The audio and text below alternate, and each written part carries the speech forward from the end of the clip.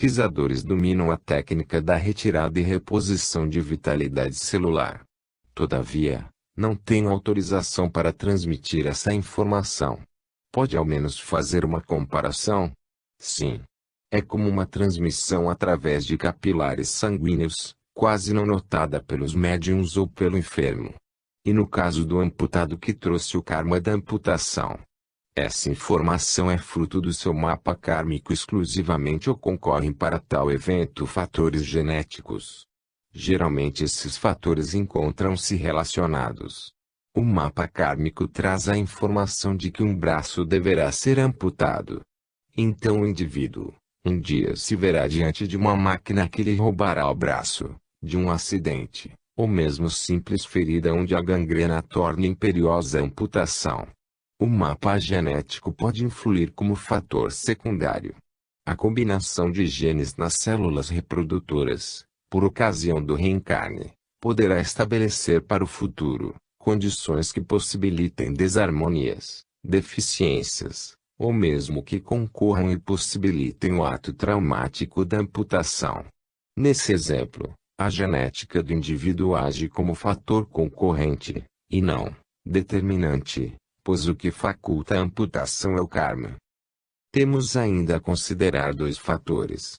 Se o indivíduo, ao reencarnar, tomou conhecimento da prova e aceitou com resignação, ou se, por outro lado, dela tendo conhecimento não aceitou, abrigando em si o sentimento de revolta e de inconformismo.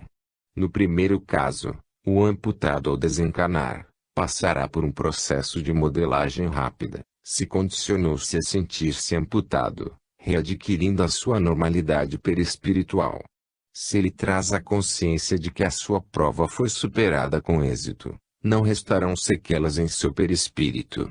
Isso é possível, devido à aceitação da prova evitar o surgimento de um bloqueio mental que venha a interferir no processo de modelação do membro amputado.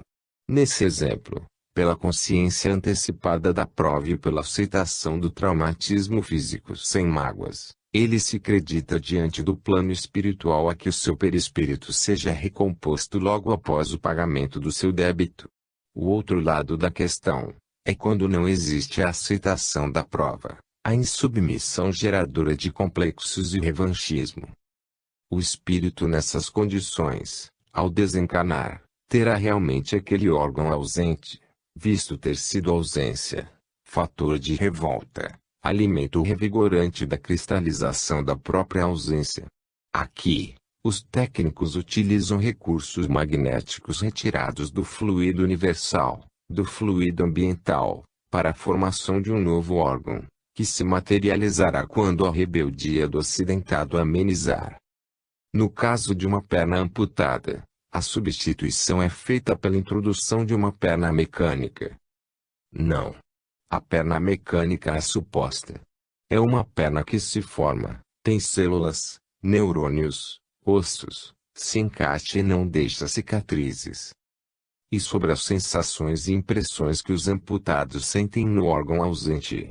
As sensações de calor, frio, dor, são oriundas do condicionamento mental, adquirido antes da amputação, no qual o órgão enviava estímulos ao cérebro, ocasião em que este os registrava e reagia aos seus efeitos. Quando a amputação é recente, este fato é notável, tanto por causa das terminações nervosas existentes no local da amputação funcionando como fios expostos a captarem estímulos favorecendo a recapitulação de sensações vividas, quanto pelo fato de a mente não estar acostumada ou condicionada à nova situação de ausência. À proporção que a mente aceita o fato e se prepara para atuar nas novas condições, essa sensação de existência de um membro fluídico no local do membro amputado, desaparece. Sendo o pensamento um agente modelador, o pensar e aceitar a mutilação faz regredir qualquer resquício perispiritual que ultrapasse o espaço físico onde houver mutilação, o que poderia funcionar como veículo condutor para o espírito, de alguma sensação exterior. No mais, essas sensações são passadas pelo duplo etérico ao perispírito, que as repassa ao espírito. Como o duplo etérico após a amputação vai se extinguindo gradativamente do local, tal como acontece na morte, que o desliga do corpo para fazê-lo voltar ao reservatório universal. Essa impressão do membro vivo e inexistente tende a desaparecer com a sua dissolução. Aí então, sem esse agente condutor intermediário entre o perispírito e o corpo, cessam as sensações de fato, podendo restar lembranças dessas impressões ou sensações, que podem ser tomadas como efeitos reais, em virtude do condicionamento que aos poucos vai sendo substituído pela realidade da ausência. Podem ser retiradas células de um local do perispírito e colocadas em outro como em um enxerto. Esse não é o caso. O que vai gerar a perna é o pensamento dos técnicos, com o material retirado do fluido universal e do ambiente. Não ocorre isso de tirar um pedaço. As células que se formam tomam vida, são criadas, e a perna possui sangue, nervos, vitalidade e é permanente. Finalizando, lembro, o conhecimento anterior da prova e a sua aceitação é que favorecem ao amputado físico a sua plenitude e beleza perispirituais. A reunião de estudos prolongou-se com o desdobramento de outros médiuns para observação de amputados. Encontro-me em um pavilhão onde existem inúmeros espíritos cujos perispíritos se apresentam deformados. Alguns são amsanianos, cuja doença forçou amputações e que se encontram em tratamento. O quadro é muito triste. São pernas, braços, mãos, que estão ausentes desses espíritos. Estou em frente a um rapaz que está com a perna direita amputada até o tronco. Os instrutores me pedem para ficar atenta, observando em detalhe a perna amputada, e percebo o corte que a retirou, mas, ao mesmo tempo, diviso uma perna transparente em substituição ausente. Acontece que o amputado não vê essa perna. Ela se me apresenta como um plástico sem brilho, à semelhança de uma película de ovo. É uma forma vazia. Sim. Por causa do bloqueio mental do amputado, ele não ajuda na materialização de sua perna e nem ao menos percebe a outra que é transparente. Os técnicos dizem que a perna invisível para o espírito faz parte do corpo mental, e que só em reuniões posteriores conheceremos melhor os detalhes desse corpo. Nesse instante, estão fazendo uma avaliação com o rapaz. Afirmam que ele tem a perna, mas ele não acredita. Então submetem-no a um teste. Colocam-lhe um aparelho na cabeça e observam a sua reação para com a perna ausente. Quando os técnicos afirmam que ele possui a perna, o aparelho que ele tem na cabeça emite pequenas ondas, adensando um pouco a perna transparente. Contudo, quando o amputado olha, a perna volta a ser a mesma película de antes, portanto, invisível para ele. O instrutor me leva a observar um outro amputado. É um rapaz sem o antebraço. Os técnicos estão fazendo uma espécie de hipnose. Aqui o tratamento já difere do caso anterior. Apenas colocam a mão sobre a cabeça do paciente e ele parece adormecer. Dizem então, agora seu braço está completo. Sua mão está perfeita. É incrível. Parece mágica. A mão dela está realmente se formando. O instrutor está explicando que a substância plasmadora agora usada foi retirada de nós, das plantas e do ambiente. Pediram-me para sentar, para que possam retirar do meu perispírito a vitalidade para aquele órgão faltoso. Explicam-me que eu vou ficar um pouco cansada, mas que eles vão repor o que foi doado. Estou sentindo o meu braço totalmente dormente. Observo que todo o antebraço e a mão do amputado estão se formando. Continuo sentindo dormência em meu braço, tal como se a vitalidade, a sensibilidade, houvesse sido transferida para o braço formado. Se esse espírito que teve o braço formado acordar do transe hipnótico e pensar que não tem o braço, ele se desfaz. Esse é um caso que requer terapia intensiva. Passará por isso até despertar e concluir que tem o braço. Por isso eles estão aqui separados. Todos sabem que fazem esse tratamento, uma espécie de fisioterapia. Mesmo sabendo da possibilidade de existência do braço, suas mentes estão bloqueadas e não conseguem promover a materialização do membro amputado. Passam pelo transe hipnótico, e quando acordam, olham o membro e ele não está lá. Então, por insistência, eles vão ter que admitir que podem recompor seus membros. Sim. Muitos são levados às reuniões mediúnicas, para que incorporados, possam sentir as pernas em movimento, as mãos, que na realidade são as do médium. Isso ajuda na retirada do bloqueio existente em suas mentes. Agora iremos a um outro local, para observação de outros casos. Ponto primeiro é de um espírito que desencarnou devorado por uma fera. Esse caso é diferente daqueles pelos quais passaram os primeiros cristãos. Estes possuíam fé, eram conhecedores da vida futura, amavam a causa e já viviam semi-libertos da matéria, ainda encarnados. Por isso seus perispíritos não apresentavam após seus desencarnes nenhuma mutilação. No caso desse irmão, ele registrou muito profundamente o momento da morte, do estraçalhamento do seu corpo pela fera. Observa a cena mental que se cristalizou em sua mente. É o momento em que a onça o apanha e o retalha, como faz com um outro animal qualquer. É um sofrimento muito intenso, pois esse registro está fortemente impresso em sua mente, dificultando a ação dos benfeitores espirituais. Seu perispírito apresenta profundas marcas de dentes e unhas. O estômago e uma das mãos estão bastante roídos. Ele encontra-se sob uma redoma, para que as vibrações de intenso sofrimento não prejudiquem aos demais. Eu vejo, como se nesse exato momento, ele tivesse sido atacado. Sinto o seu sofrimento. É terrível. Na sua mente só há um grito de pavor. Esse é o motivo do seu isolamento. Não havia nele nenhum preparo para a morte. Foi pego de surpresa, apesar de já estar comprometido com esse gênero de morte. Se não fosse este, seria um outro semelhante. Ele passará por um tratamento muito demorado a fim de recompor as células consumidas.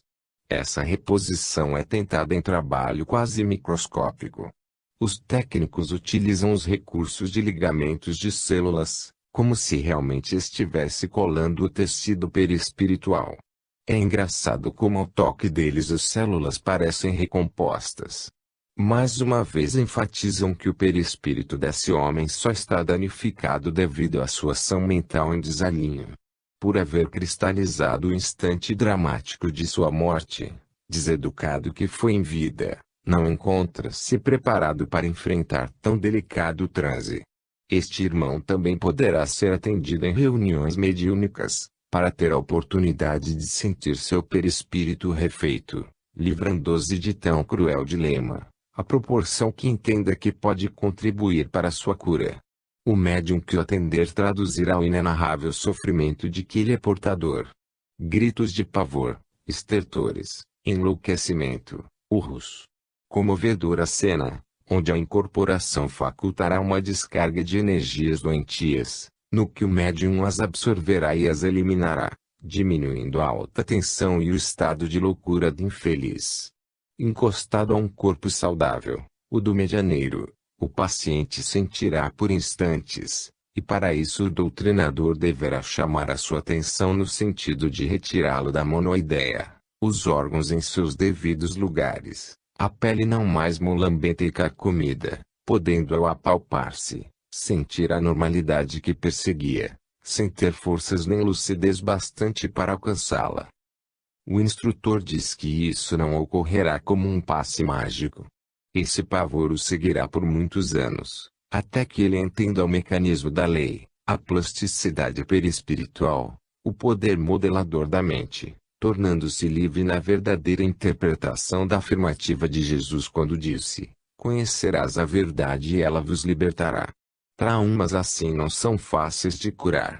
É possível que este paciente leve para vidas posteriores o medo de animais, fobias inexplicáveis para seus familiares, no que se refere a andar pelas matas, sustos e sobressaltos ao ouvir gritos e urros desde que não administre bem sua dor de agora. Desdobramento. Esse caso refere-se a um espírito que desencarnou naquele acidente de avião aqui na Serra de Aratanha, quando os corpos dos tripulantes foram fragmentados e atirados nas redondezas. O instrutor afirma que alguns passageiros se libertaram do corpo físico sem nenhum contratempo, devido a créditos que possuíam. Outros permaneceram ligados aos restos mortais, horas ou dias, tempo exigido para se liberarem das energias vitais grosseiras a que estavam acostumados. Outros ainda procuraram o autoanestesiamento, dormir sono profundo e demorado, sem vontade de acordar jamais e enfrentar a realidade sofrida. Os que não encararam a morte com pavor, por possuírem certa paz de consciência, mesmo de corpos físicos explodidos, breves se restabeleceram. Esse irmão que estou observando, está totalmente alucinado. Ele vê os pedaços do seu corpo pendurados em árvores.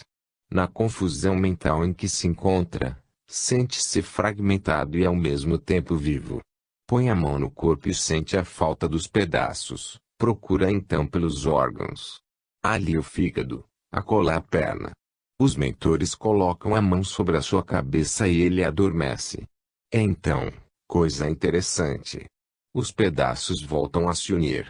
Quando ele desperta sobressaltado, as partes reunidas se separam. É como se ele explodisse a cada vez que lembra do fato. O tratamento neste caso será mais mental que artesanal, pois é inútil unir os órgãos sem a pacificação da mente.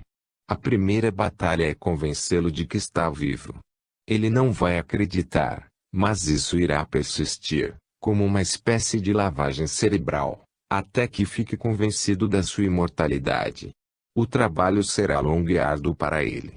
Acredito que, com essas observações, podemos concluir que Paulo de Tarso, detentor de muitos méritos, conhecedor do perispírito, a que chamava de corpo espiritual, missionário e espírito de elevada hierarquia, não levando nenhum pavor do gênero de morte a que foi submetido, tanto pelo poder mental que possuía quanto pelos conhecimentos adquiridos, teve o seu perispírito imune à lâmina que lhe decepou a cabeça.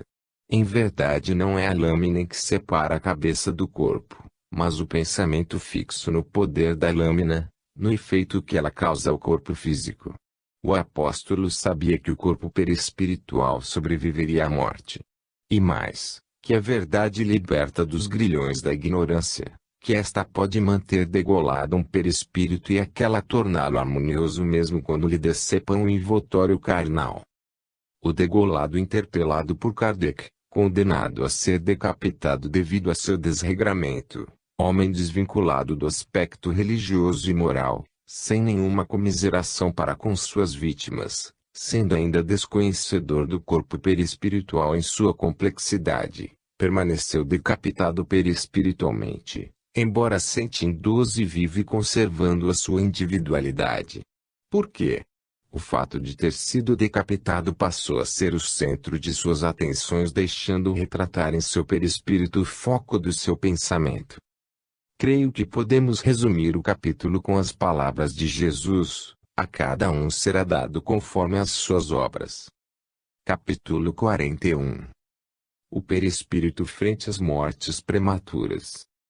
Na problemática do aborto, imagina-te ansiado pelo ingresso em determinada oficina, de cujo salário e experiência necessitas para efeito de aperfeiçoamento e promoção. Alcançando-a pelo concurso de mãos amigas, alimentas a melhor esperança. Em tudo, votos de paz e renovação aguardando o futuro. Entretanto, ainda nesta hipótese, observas-te em profundo abatimento, incapaz de comandar a própria situação. Assemelhas-te ao enfermo exausto, sem recursos para te garantires e sem palavra que te exprima, suplicando em silêncio a compaixão e a bondade daqueles aos quais a sabedoria te confiou a necessidade por algum tempo e a quem prometes reconhecimento e veneração. Mentalizado semelhante painel, reflete no desapontamento e na dor que te tomariam de assalto se te visses inesperadamente debaixo de fria e descaridosa expulsão. a pancadas de instrumentos cortantes ou a jatos de venenosos agentes químicos. Nessas circunstâncias, que sentimentos te caracterizariam a reação? Mensagem de Emmanuel, psicografia de Chico Xavier. O perispírito frente às mortes prematuras. 1. A gestação como modelagem. Quando o perispírito é danificado severamente, compromete o espírito em várias encarnações, sempre dolorosas, quando não frustradas, pela impossibilidade da coexistência pacífica com o físico, de vez que a forma defeituosa não é capaz de produzir uma forma harmoniosa. Tal acontece com o suicida, que desejando anular-se evadindo-se do desespero de que é tomado, atira-se sobre os trilhos dos trens, lança-se edifício abaixo, retalha-se a navalha, ingere ácido e demais gêneros dantescos de superlativador. Seu perispírito igualmente macerado, marcado com amputações profundas, sob a ação mental que cristalizou o instante agônico, permanece neste estado anos seguidos, necessitando às vezes, de várias encarnações para que haja uma remodelagem ou reestruturação celular. Esse espírito ao encarnar, devido às suas vibrações danosas, pode levar a mãe ao desencarne, intoxicando-lhe o corpo, culminando em tragédia em que ambos padecem. Tal acontecimento, portanto, é de prévia programação no plano espiritual, onde espíritos comprometidos com a lei, aceitam a maternidade nessas condições, resgatando antigas promissórias, cujo débito aguardava na contabilidade divina o instante da quitação. Muitos desses suicidas necessitam de algumas existências momentâneas na carne, sobretudo para o contato físico, ocasião em que ocorre uma rearrumação nas moléculas perispirituais por força da formação do novo corpo, que funciona qual agente modelador, refazendo estruturas anti-estrituradas ou retalhadas, sendo esta a causa de muitas mortes prematuras. Apesar de no momento da concepção ligar-se uma forma perispiritual deformada ao óvulo fecundado, ela vai se revestindo com a matéria orgânica, tomando uma forma humana, forçando as deformações a justas correções, no que melhora o aspecto anatômico e fisiológico do conjunto, a cada tentativa de encarnação. Braços atrofiados, pernas ressequidas, cabeça desproporcional. Com as tentativas seguintes, consegue-se a forma adequada. No mais, com o esquecimento promovido pela redução perispiritual, volta a supremacia do instinto de sobrevivência, dos automatismos já conquistados pelo espírito, que são fatores condicionantes secundários a forçar uma modelação segundo as determinações harmoniosas da natureza. 2. O aborto. Qualquer que seja o método utilizado para provocar aborto, este atinge o perispírito do reencarnante. É comum chegarem aos hospitais do plano espiritual crianças com suas feições perispirituais totalmente deformadas, retalhadas, queimadas, esquartejadas, pois as amputações profundas no físico, desde que o espírito as assiste e com elas se envolve entrando na faixa da revolta, vingança ou similares, provocam igualmente amputações no perispírito. Observamos tais crianças alojadas em espécies de berçários, com seus corpos apresentando as características do método abortivo pelo qual passaram. Notamos em particular, uma criança de cerca de 6 meses, apresentando cicatrizes profundas, sob algo, à semelhança de uma incubadora, dotada de canos transparentes onde se via uma substância azulada que recaía sobre seu corpo. O efeito dessa substância, espécie de luz, era provocar a união nas aberturas epidérmicas, que se mostravam delicadas a princípio, qual tênue película, mas aos poucos se adensavam normalizando o tecido cutâneo. A criança reagia e chorava incomodada, qual se sentisse dores profundas. Explicou-me o médico, instrutor, que a atendia, que aquela substância luminosa era um misto do fluido universal com o fluido vital, unido a outro tipo de fluido de natureza superior. No mesmo hospital, em outra ala, Em uma espécie de UTI, crianças deformadas jaziam em profundos sangramentos, colocadas dentro de recipientes, qual se fossem réplicas de um corpo infantil, talhadas em formas para a remodelagem dos seus perispíritos. Muitas delas eram apenas restos que não chegavam a separar-se totalmente, devido à leve película que os unia. A aparência, contudo, era de haverem sido retalhadas ou esquartejadas. Esses pedaços eram colocados na referida forma, que funcionando qual útero artificial promovia uma gestação complementar, onde a médio prazo, fazia surgir a pele, os vasos sanguíneos, as unhas e demais órgãos. É como se um outro perispírito estivesse sendo formado em substituição ao antigo outrora deformado. A mente do espírito, explica o instrutor, em nada interfere no processo modelador, de vez que se encontra em estado semelhante ao coma provocado, para que a sua atuação mental traumatizada ou quiçá cristalizada não interfira negativamente na modelagem. Ainda em outra ala, observamos uma criança que se fazia acompanhar por uma sombra de adulto, que a ela se ligava.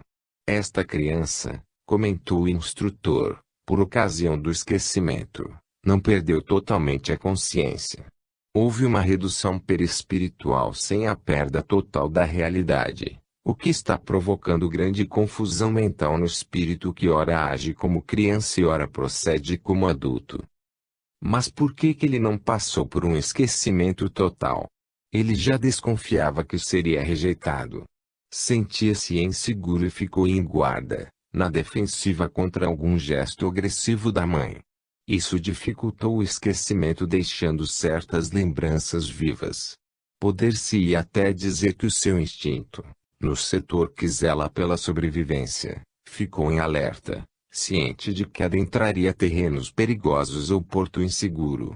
A luta entre eles, filho e mãe, já vem de longe, e esta foi mais uma oportunidade perdida no difícil capítulo da reconciliação. Ele deverá passar por um novo processo de esquecimento, total desta vez, para que a sombra que o acompanha, seu corpo mental, igualmente seja reduzida, iniciando o crescimento normal como as crianças encarnadas na Terra o fazem. Porque Deus permitiu o reencarne se já sabia antecipadamente que ocorreria o aborto. Deus não tolhe o livre-arbítrio dos espíritos. Ele sabia que Hitler, Stalin e um sem número de criminosos matariam milhões de pessoas. Como a aprendizagem no presente estágio se faz mais sob os impositivos da dor que pelas diretrizes do amor, cada um colhe o que semeia e aprende como lhe convém. Todavia, casos há em que o basta divino acaba com as querelas e insubordinações aparentemente sem limites. Se Deus não tivesse em mãos as rédeas do universo, nenhuma certeza teríamos de ver concretizados nossos projetos de paz e nossos sonhos de felicidade. 3. Desencarne no período de gestação. Em outro contato com o plano espiritual, observamos uma mulher gestante com várias perfurações à faca. O médico espiritual, Dr. Albert, procedeu ao parto. Através de exame superficial, notamos que as perfurações atingiram a criança, retirada à maneira cesariana e colocada em grande tubo de ensaio. Ela apresentava um braço ressequido no qual destacava-se grande cicatriz. Voltando o olhar para a mãe, notei que seu braço fora decepado, e por apresentar-se cicatrizado à altura da lesão concluí que tal acidente não fora motivado pela arma que a vitimara. Disse o médico, se ele chegasse a reencarnar, todos diriam tratar-se de um problema hereditário. Mas não é. Esses dois espíritos comprometeram-se em encarnações passadas, quando se envolveram em relação culposa com eventos que provocaram vasta cota de sofrimentos a seus irmãos, no que lesaram seus perispíritos. A criança deverá crescer normalmente, e quando atingir a idade de entender a razão de sua deformidade, passará por uma cirurgia reparadora. Deverá saber que aquela lesão é uma consequência de seus atos indignos no passado. A mãe igualmente sofrerá cirurgia restaurando suas perfurações. No mapa kármico dessa mulher, O acontecimento estava previsto, não como ocorreu. Ela deveria sofrer as perfurações por um acidente.